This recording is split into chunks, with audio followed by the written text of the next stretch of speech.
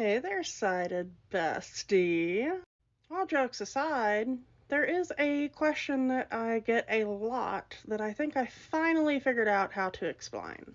And if you're not into the woo-woo, you might want to just scroll. Because this is about communication with spirits, deities, ancestors, what have you. Yeah, you might want to scroll if you're not into that. Some of the best ways that I know to describe things is by how they feel. Especially because a lot of people, we lack confidence. And going by sensation, it helps. Keep in mind, everything that I'm going to say is from my own experience. I do have it on good authority that many people I talk to about it share a very similar experience. But for the sake of argument, I will say this is from my experience. And I'm going to open up with I've had lots and lots of testing, EKGs, all that stuff. My heart is fine. That'll make sense here in a minute. I have found that even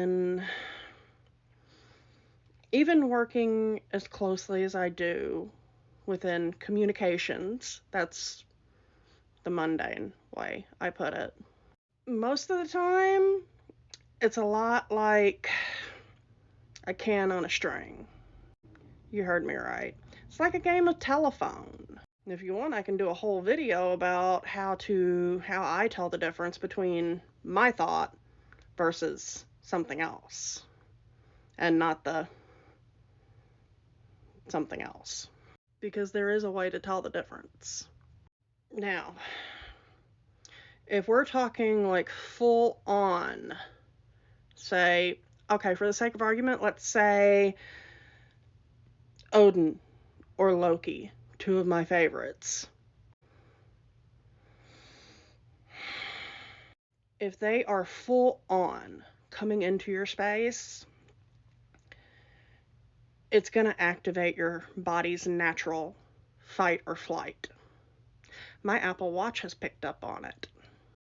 Sudden, extreme heart rate spikes. Yeah, hence the testing and all that stuff. My heart's fine.